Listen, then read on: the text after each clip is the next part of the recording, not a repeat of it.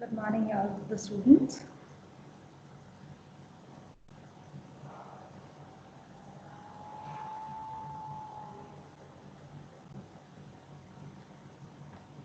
Okay, so today we will be starting a new topic, that is synapse.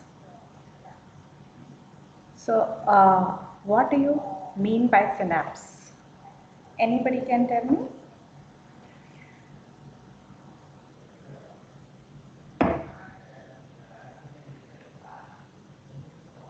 Roll number 160, are you there?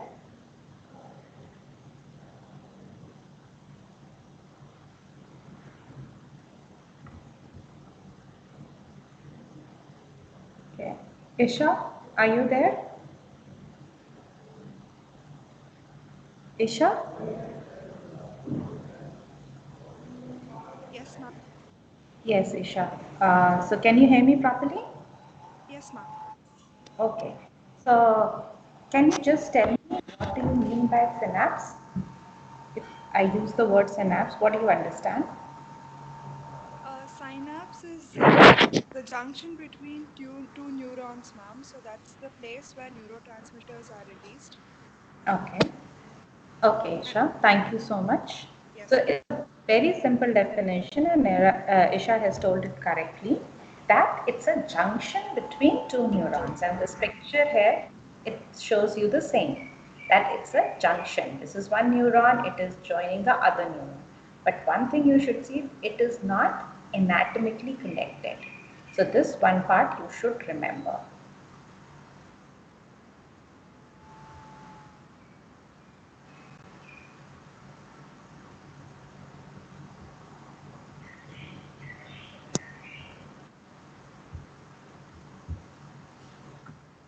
Okay, so we will be talking about the topic under two classes I'll be taking for synapse. So these are the headings which I'll be covering. First is the definition.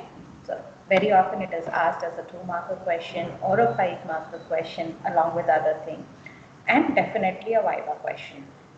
Then you should be very clear about what is the structure, because again a diagram can be asked, the events can be asked. So this we will discuss. Then we will be talking about how to classify different synapses, and ultimately we will be talking about the properties. These properties will be dealt with mostly in the second class. We just introduce the properties today. So for today's class, I'll be talking about definition, the structure, and mostly about the classification. So as Isha has told, synapse is a junction point from one neuron to the next neuron. That is neuroneuronal. If you remember nerve muscle physiology, we have also discussed where it is between the uh, neuron and a muscle. So technically we call it a neuromuscular junction there because it is the neuron and the muscle there. Here in CNS, we are calling it a synapse where the junction is between neuron and another neuron. So actually the events are very similar to the neuromuscular junction. So this class might look like a revision class to you. Uh, Many books says that it is a physiological junction without anatomical union. So because we will be talking about chemical synapse, which is the most common occurring synapse in the body, that is why this statement stands valid. But when we talk about electrical synapse or conjoint synapse, this statement might not be valid. So it's a sub point in the definition, but does not come in the correct definition. The definition just is that synapse is the junction point from one neuron to the next neuron. So this itself is the definition. What is the use of this synapse? To pass information. So through synapse, information from one neuron is passed to the next neuron. And this statement, formation of new synapses continue throughout life. This is a very important statement, and this is the one which helps you to learn different things or memorize different things. So as you all know, many of you didn't know how to ride a bike. But gradually you practiced and you can now ride a bike without even thinking. How that is possible? Because of the development of these new synapses. So new synapses, new learning keeps on happening, and hence there will be development of these new synapses, new informations, new pathways will be formed, which helps you to deal with your day-to-day activities or learning process. So next we come to the classification of synapse. We can classify a synapse by various methods.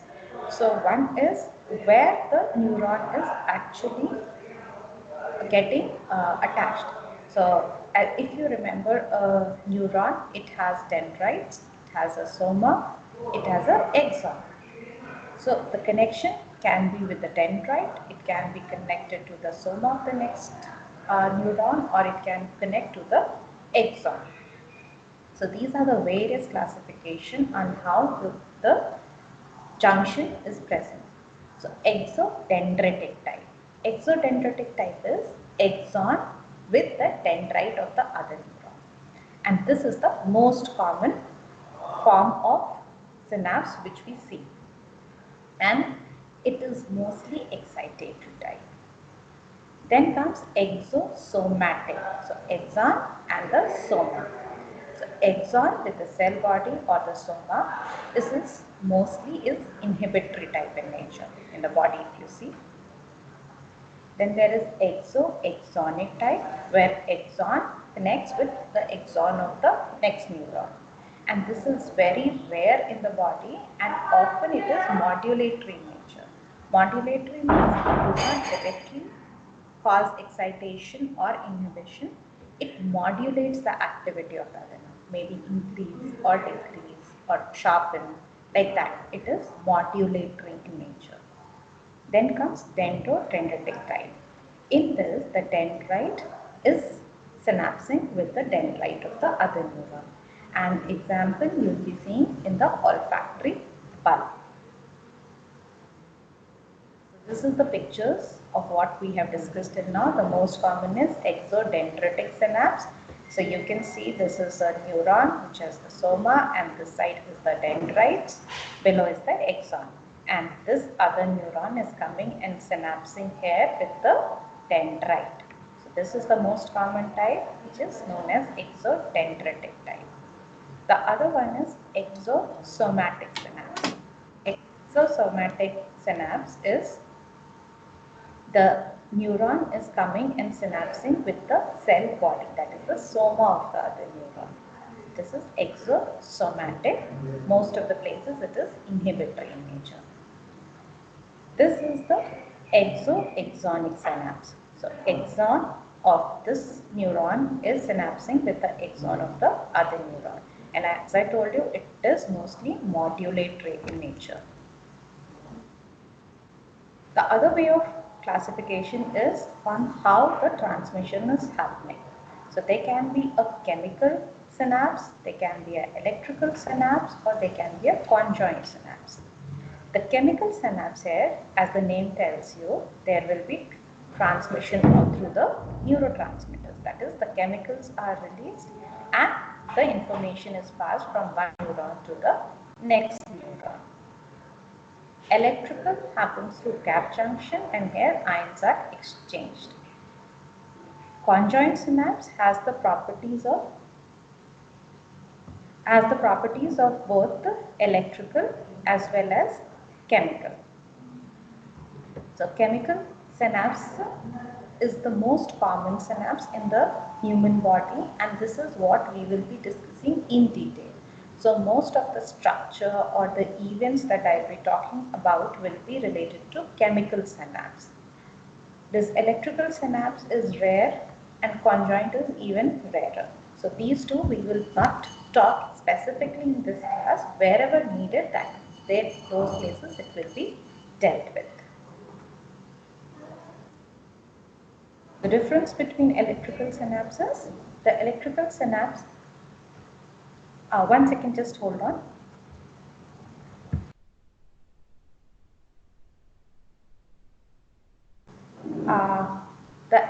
electrical synapse, the movement can be bidirectional. So you can see in this picture here, the ions can go in either direction. While in the chemical synapse, it is only unidirectional. That is, one synapse, this neuron will transmit neurotransmitters, and the other neuron will only get excited, where the neurotransmitters will get affected. So, electrical synapse can pass the information in bidirectional form, while the chemical synapse will be unidirectional.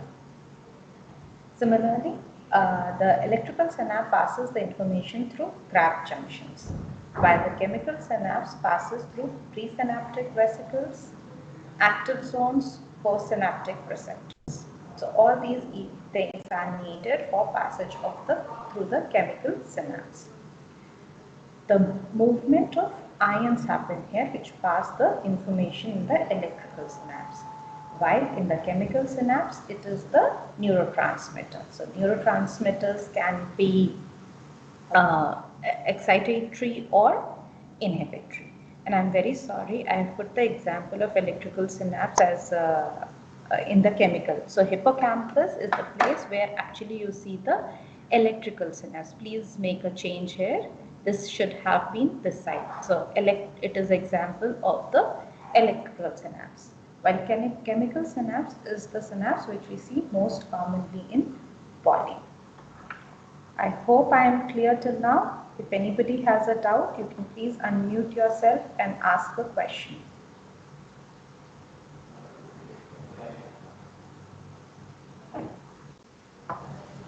If anybody has a doubt. Which is the fastest transmission happens in the types of your voice is like not in very ant clear. protein type? One second, your voice is not very clear. It's echoing. Ma'am, can you hear my voice now? Yeah. Yeah. So, which is the fastest type of transition between in between the synapses when it comes to axodendritic, axosomatic, and the other type? Fastest transmission, are you asking? Yes, ma'am. Like because it's connected to different parts of the neuron. Does it serve a purpose because it's See, connected transmission, to? as I will tell you later, transmission is just the movement from one neuron to the next neuron, is what I'll be talking today. Okay, so this part will depend on whether it is electrical or chemical type. Electrical is definitely faster because there is the movement of ions is faster. While the chemical synapse, it might connect to any place. But what is needed first, the presynaptic vesicle should get activated. They should release the neurotransmitter and then it should go and act on the postsynaptic surface. So all these things will require some time. Am I clear now? So it doesn't depend where it is connecting. It is how much is the distance, what is the thickness of the distance, how many vesicles are getting activated. All those things will contribute to the time which it consumes. Am I able to answer your question? Is it okay? This is what you were asking? Yes, ma'am. Okay. Okay. So we'll go to the next slide now. Another way of classification is one neuron is connecting to how many other neurons. So that is one single neuron can connect to one single other neuron. That is one-to-one connection. Or there can be many neurons are coming and converging on one single neuron. So that is many to one. It can also happen that one neuron sends its branches to various different neurons. So one to many. So this is the three types of according to the number of neurons involved. You can see in the picture, this is one-to-one connection. One neuron is ending on the other neuron. This is many to one. You can see a lot of neurons are getting activated and they are giving information to this one single neuron. So many to one, converging the information. This is one to many. One single neuron gives branches to various different neurons. So this is diverging the information. One to many. So this is the structure which we will be talking about, and you all should be able to draw the structure of a synapse. The question, if it is asked to draw, definitely you have to draw. If they just say that the question says that write the events at a synapse, you should draw a diagram for better marks. Otherwise, definitely your marks will be cut, even though if it is not asked directly to draw the question. So in this structure of a synapse, we will be talking about three structures. That is, first is presynaptic cell, then comes the synaptic cleft and the postsynaptic cell. So first these three things you should draw. In the presynaptic cell, then you have to draw the synaptic vesicles. So these are the synaptic vesicles, and inside it is shown that there is a neurotransmitter. Neurotransmitters can either be excitatory or inhibitory in nature. And these neurotransmitters, vesicles, have got calcium receptors. So once calcium enters this presynaptic cell, the calcium will come and attach to these calcium receptors here and will activate this vesicle, and finally through exocytosis, the neurotransmitter is released into the synaptic cleft. Once it is released into the synaptic cleft, these neurotransmitters will go and bind to the neurotransmitter receptors which are present in the postsynaptic cell. And once the neurotransmitters get activated, depending on whether it is excitatory or inhibitory, the ions will start entering or leaving the postsynaptic cell. So either the postsynaptic cell will get depolarized or it will get hyperpolarized. In this picture here you can see the same. The action potential reaches here. Calcium starts entering into the presynaptic surface. This calcium will activate protein kinases and will activate finally these synaptic vesicles. Once the synaptic vesicles are activated, they dock to the surface, and finally through exocytosis, the neurotransmitter is released into the synaptic cleft. So same thing I have written here, arrival of nerve impulse, action potential at the presynaptic nerve terminal. There is a depolarization of presynaptic nerve terminal. There will be opening of voltage gated calcium channels and entry of calcium into the presynaptic membrane. And finally, there will be a release of neurotransmitter which can be inhibitory or excitatory in nature. Am I clear with this? Anybody has any doubts? You can unmute yourself and you can ask me if you have doubts.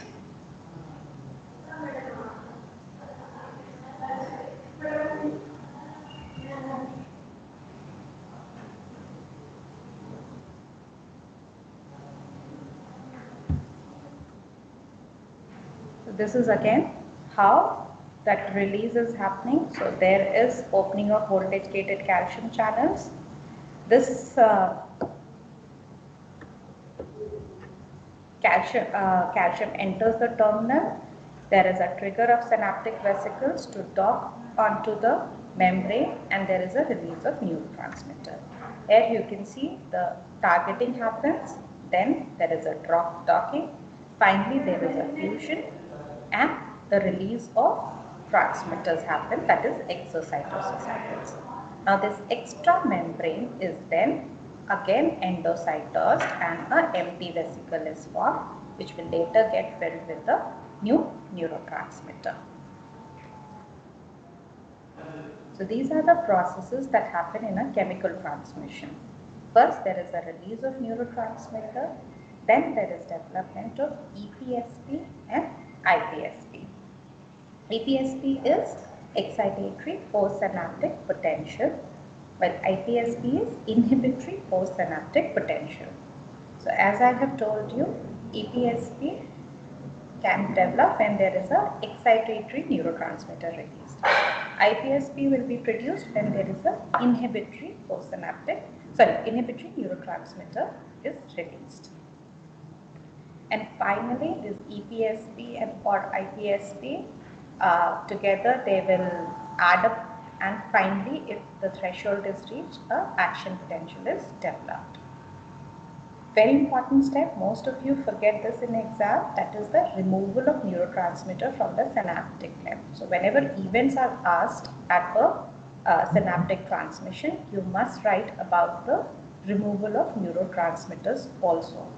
So once the action has happened, that is development of EPSP or IPSP, the left, whatever is left in the synaptic cleft, those neurotransmitters should be removed immediately, otherwise continuous excitation or inhibition might happen.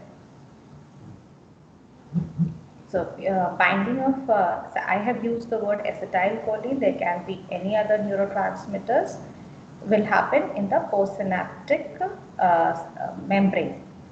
And then the sodium channels here is opening. So this is just an example of depolarization. But in case if there is an inhibitory neurotransmitter instead of acetylcholine, there will be opening of other channels apart from sodium channels, which will cause hyperpolarization. So there can be excitatory, which will cause depolarization. There can be inhibition, which is caused known as hyperpolarization.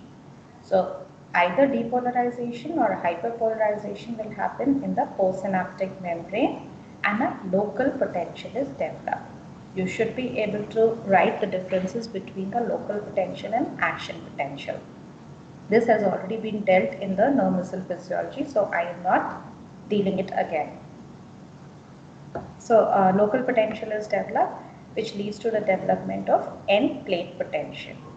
One difference is it is a non-propagated potential. It cannot be traveled in the neuron. Now suppose if the EPSP is developed, that is excitatory postsynaptic potential is developed, then the different EPSPs will be added together, and if it reaches a threshold, action potential is generated, which is propagated. So one difference between end plate potential and action potential is that end plate potential or local potential is not propagated, while action potential is the one which is propagated. Anybody has any doubts till now? You can unmute and let me know.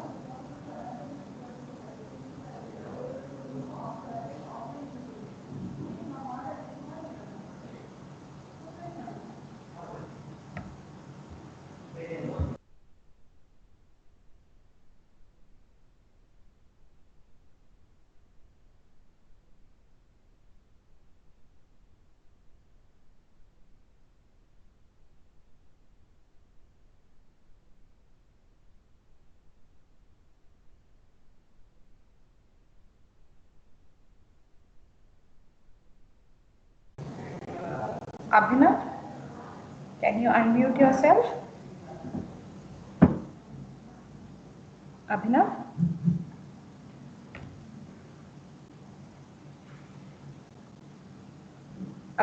Abhinav S, are you there?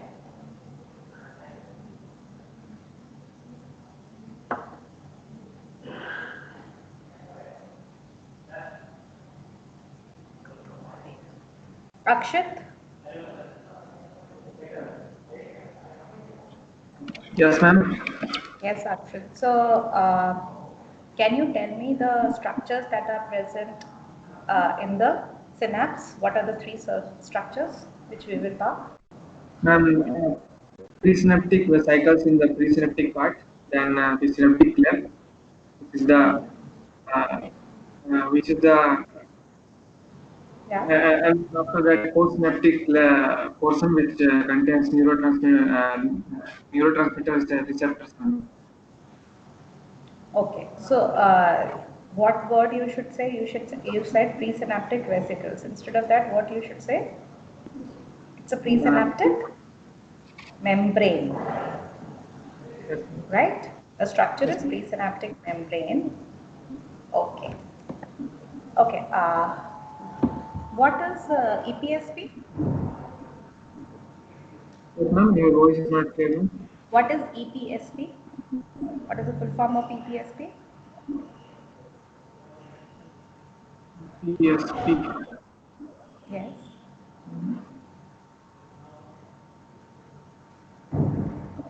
EPSP? EPSP, IPSP, I just now told. What is EPSP? Excitatory potential. Excitatory? Excitatory presynaptic potential. Post. It is post. Okay, presynaptic it won't develop. Postsynaptic potential. Okay. Hemant? Hemant? Hemant Kumar, please unmute yourself.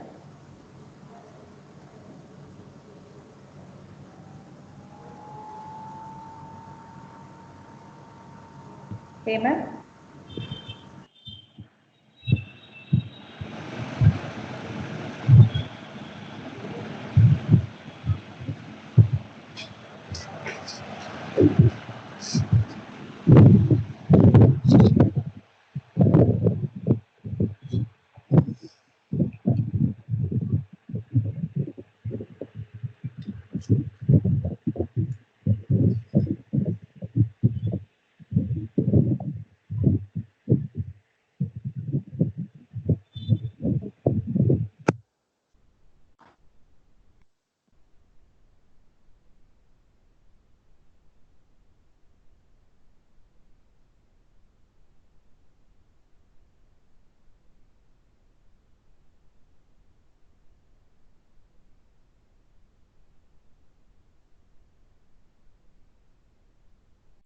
Hello, Hemant? Hemant?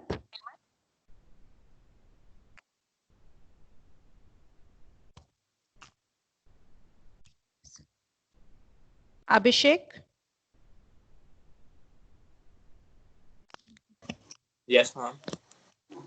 Okay, Abhishek. No, I just wanted to see whether you can hear. There is a bit of connection problem. Okay. Okay. Anyways, Abhishek, you have unmuted yourself. Can you tell me what is IPSP? IPSP is Full ma'am, form it's of IPSP? inhibitory postsynaptic potential. Okay. So what will happen in the postsynaptic membrane? Which side the charge will go? Will it be Ma'am, towards the membrane. So the towards the membrane? Means more positive or less positive? more positive. No, less positive, sorry. So it is depolarization or hyperpolarization? Depolarization. Huh? IP What? IPSP. no, ma'am, IPSP will cause hyperpolarization. Hyperpolarization. Very good. So postsynaptic membrane, will it become excited or inhibited? Inhibited. Very good. Okay. Ashmita? Ashmita, can you unmute yourself?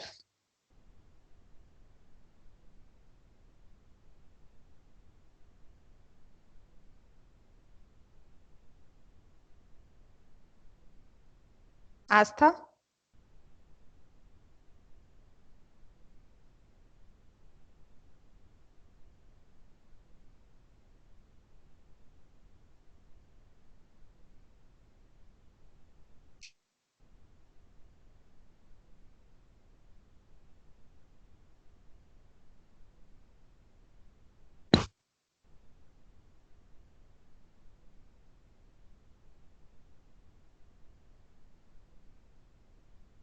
Astha, are you there?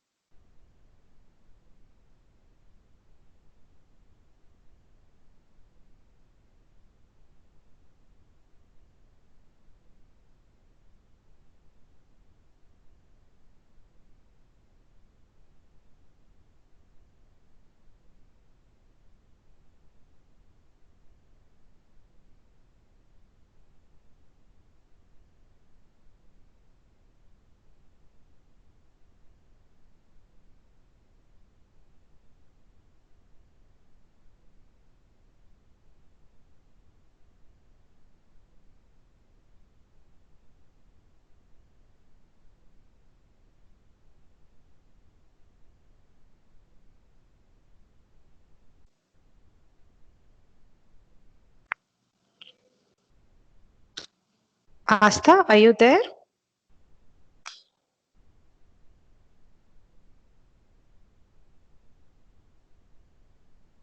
Farzina?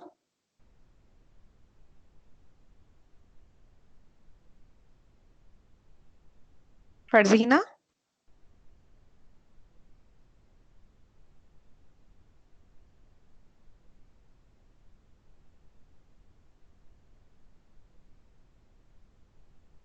Isha, can you hear me? Yes, ma'am, I can. Okay, you can hear. Fine. I just wanted to know because your friends are keeping very quiet. I don't know whether they are there or they are just hiding. We'll just 2 minutes we'll take. There is a technical problem. 2 minutes I'll continue the PPT. Nishita? Nishita M?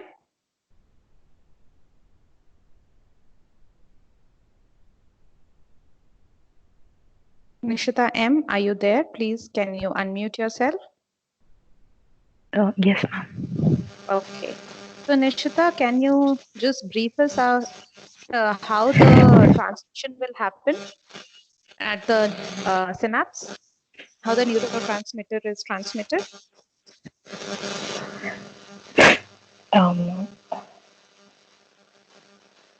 Um, Arrival of the nerve impulse at the presynaptic terminal happens, and then the Nerve impulse, you mean to say, use some other word instead of nerve impulse?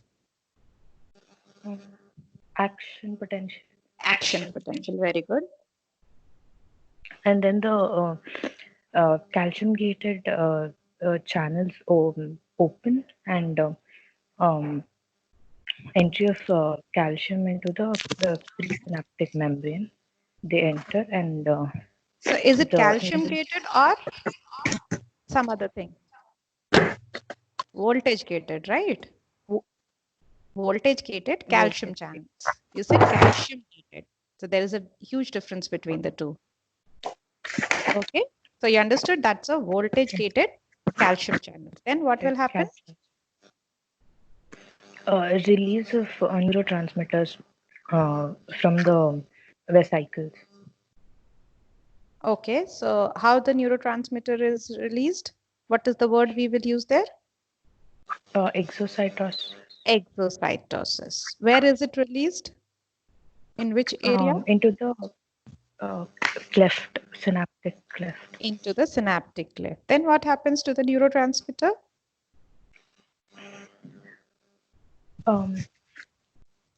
They reach the postsynaptic terminal. Okay, they reach the postsynaptic terminal. Then what happens?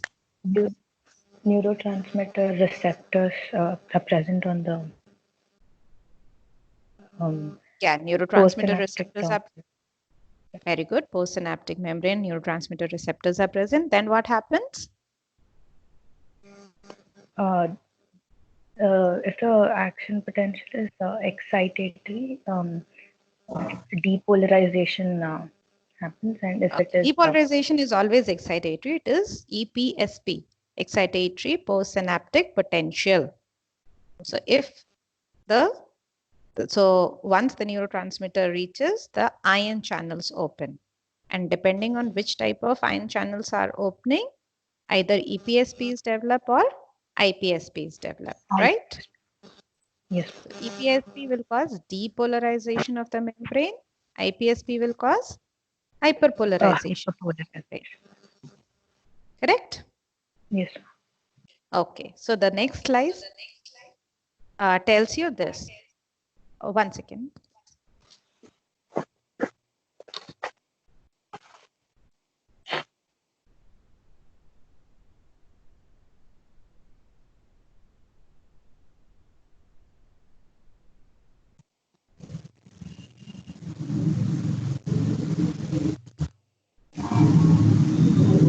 EPSP is depolarization of the postsynaptic membrane. So in the picture on the right hand side, you can see the down picture EPSP. The membrane potential is going towards positive. You can see that it is going above the membrane potential. So that is EPSP, depolarization. While IPSP is hyperpolarization.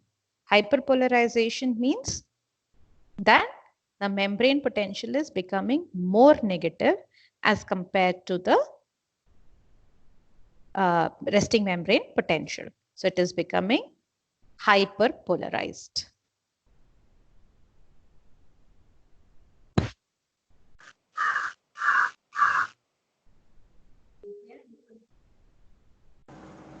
Here you can see that EPSP, it is going towards positive side, while IPSP is coming towards the more negative side. So this is known as hyperpolarization, when the membrane potential becomes more negative, while excitatory postsynaptic potential, that is depolarization, membrane potential becomes positive.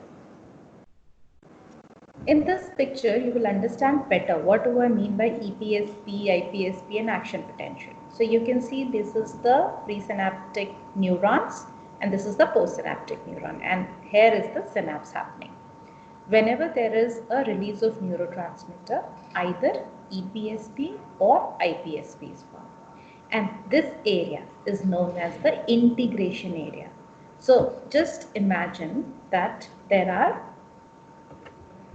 this, one second. Okay. So in this neuron, suppose there was a development of EPSP of say +10. There is a development of IPSP of say -5. So the integration will say this +10 and this -5 will be integrated, and at this place, that is the initial segment, there will be a potential change of +5 millivolts. So how much ever these dendrites, there will be different potentials, that is local potentials will be developed. All these local potentials will be added together and a summation of that will happen in the initial segment. And suppose this change of +5 millivolts is the threshold potential. So it reaches the threshold, then below this a action potential will be generated. If it was below the threshold, it will die off here only. So till the initial segment, from the dendrite till the initial segment, there is development. This is integration zone. So all the different potentials will be integrated together and a summated amount will be decided. Below this initial segment, in the axon, is an impulse conduction zone. So in the impulse conduction zone, action potential will be generated. If it is generated, it will be transmitted throughout the axon and to whatever is the next connecting structure. How action potential is generated? As I have told you, in the synaptic integration, summation will happen. Next, generation of initial segment spike will be there. That is, here it is decided whether the threshold is reached or not. In case if a threshold is reached, there is a propagated signal which is generated, which we call as action potential. If it is below threshold, this will die off. There will be no propagation of signal. The synapse can have inhibitions also. So details I will deal with in the next class. This class I am just telling you the types of inhibitions that might happen. First is the postsynaptic inhibition. Then there can be presynaptic inhibitions. There can be feedback inhibitions and feed-forward inhibition. So as we go in detail about the topics in the central nervous system, you will realize these types of inhibitions play a very important role in how our information is transferred and how it takes place and how the information is modulated. So the neurotransmitter that is released, as I told you, it is very important that you write how it is removed from the synaptic cleft after the activity has taken place. So from the cleft, whatever is unused neurotransmitter, that can be reuptake can happen. So the presynaptic membrane will again take up the leftover neurotransmitter. Or there are enzymes present in the synaptic cleft which will destroy the neurotransmitter which is not used. Then there can be a bit of neurotransmitter which just diffuses away. So it is diluted, it moves away from the area of their action. And in the central nervous system, there is a special mechanism of removing these neurotransmitters, which is by astrocytes. So astrocytes help to remove the neurotransmitters. So if you want good marks in the exam, you must write about how the neurotransmitters are removed. So we have discussed about the structure, how action potential is generated and all. What is the use of this synapse? First slide also I have told you. Now I will elaborate on the functions a bit. So they act as a gate to conduct or block impulses from neuron to neuron. So conduct when there is a development of EPSP which converts into an action potential will cause the conduction of the impulse. While if there is a development of IPSP, there will be a blockage of conduction which is known as there will be IPSP development. So the impulse cannot be moved from one neuron to the other. Then it modulates the impulse traffic. Modulates means it alters. So alters how if we need to sharpen one signal, that is increased. We need to decrease one signal, that is done. So all those minor changes, that is modulation, will happen through these synapses, and here in this the inhibition will come into role. So we will be talking about different types of inhibitions when we will talk about modulation. Then learning and memory. So whatever you are learning is by these synapses. Repeatedly, if you perform something, your learning increases, your memory increases when there is the formation of new synapses. Even in theory or even in a subject, when you repeatedly read it, what happens? You immediately get the answer. Why is it so? Because these more and more number of synapses increase. So more number of pathways is formed, so you can retract the information faster. That is why we always tell you to revise your subject. This is for your interest, and in case if a question comes on synaptic transmission and you write it as an applied aspect, it carries additional marks. So there are tetanus toxoids. Tetanus toxoids, how do they affect the transmission? They block the presynaptic inhibitory transmissions and causes synaptic paralysis. Botulinum toxin, they block release of acetylcholine and hence cause flaccid paralysis. So acidosis will decrease the release of neurotransmitter, while alkalosis will increase the release of neurotransmitters. When we get tranquilizers, how do they act? Tranquilizers simply increase the threshold. So the threshold was, say the threshold reaches with the plus 5 millivolt change. Now after taking tranquilizer, the threshold might increase to plus 15 millivolts. So a greater amount of excitation is needed, or greater amount of local potential is needed for development of action potential, which may not be possible or which takes a longer time, hence these tranquilizers work. Caffeine, how does it make us more alert? It simply decreases the threshold for excitation. So these are the various mechanisms in which the synaptic transmissions can be affected. You can quote one or two examples when you are writing your answers. Now we will be talking about the properties of synapse. Details of this I will be dealing in the next class, but right now it is one-way conduction. or law of forward conduction. So these 10 properties you should just by heart. First is one-way conduction or law of forward conduction. Second, synaptic delay.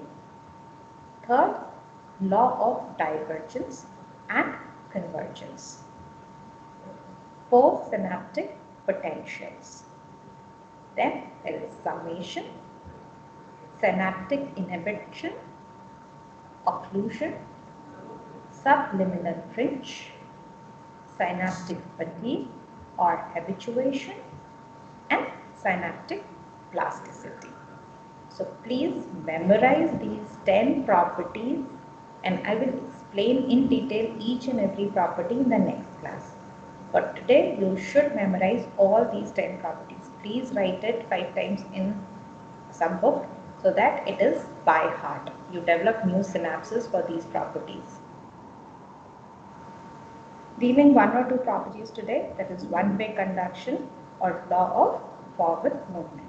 That is, synapse permit conduction of impulse in one direction only. That is from presynaptic to postsynaptic memory. So this is the presynaptic cell. Impulse, that is the action potential, is traveling. It reaches the synapse and it is developed in the postsynaptic cell. And later the action potential is transmitted. The opposite way transmission is not possible. And this is necessary for the orderly neuronal function. So if this does not happen, what will happen? The information will go in all possible directions and it might not be possible for us to process the information correctly. So, Aishwarya Ahmed, are you there? Yes, ma'am. Aishwarya, Ma'am, I'm there. Priyanka? Priyanka, are you there? Please unmute yourself.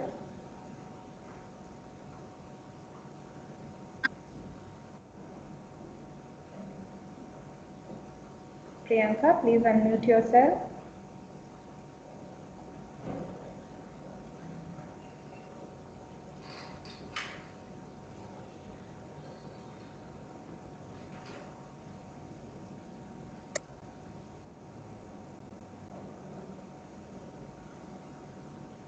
Priyanka, ma'am? Darshan? Darshan, are you there?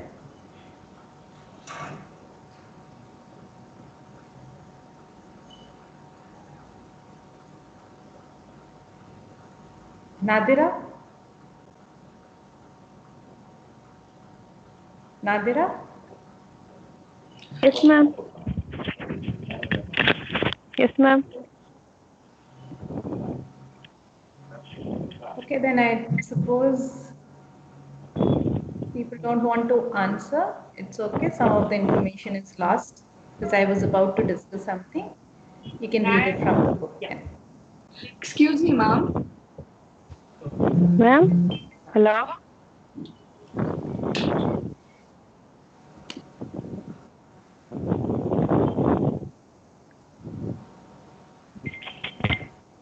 Okay, synaptic delay.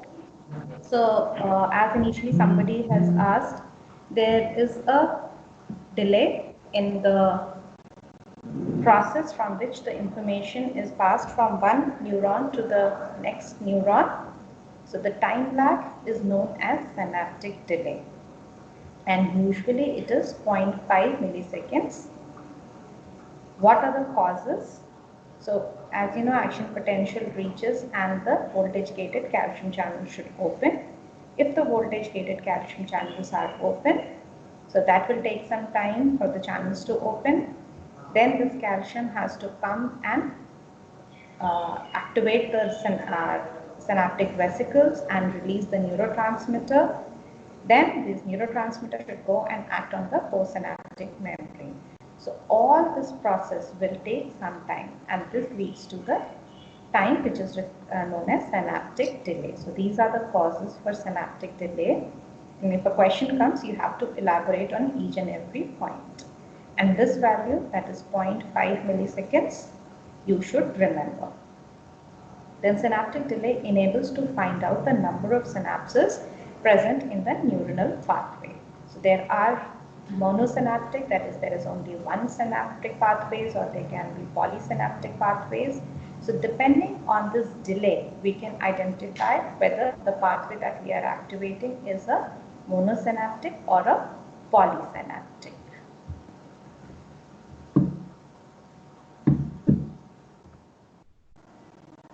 Then law of divergence. So law of divergence says the axons of presynaptic neuron divide into branches to end on many postsynaptic neurons. That is, the information from one neuron passes to many neurons. And this is useful for amplification of the signal. You can see here in the picture, this is the one neuron and it is dividing into various branches and giving information to all these various neurons. Similarly, you can see the amplification in these pictures. There are various ways in which a single neuron is giving information to various other neurons and hence amplifying the signal.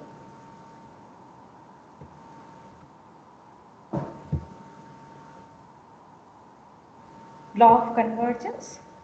So many presynaptic neurons will converge on a single postsynaptic neuron. And you can see there are so many neurons here which is giving information to one single neuron. So examples of such is seen in the ventral horn cells of the spinal cord, which receive signals from the corticospinal tract. So when these tracts will be taught to you, you will understand this law of convergence.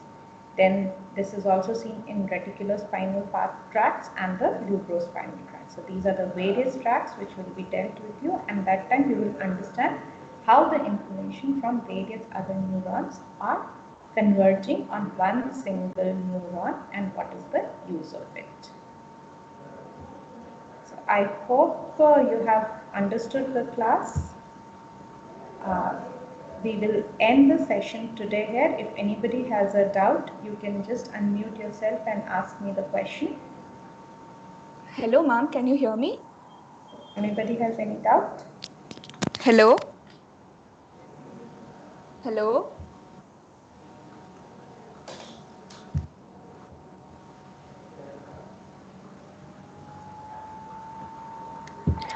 Good morning, ma'am.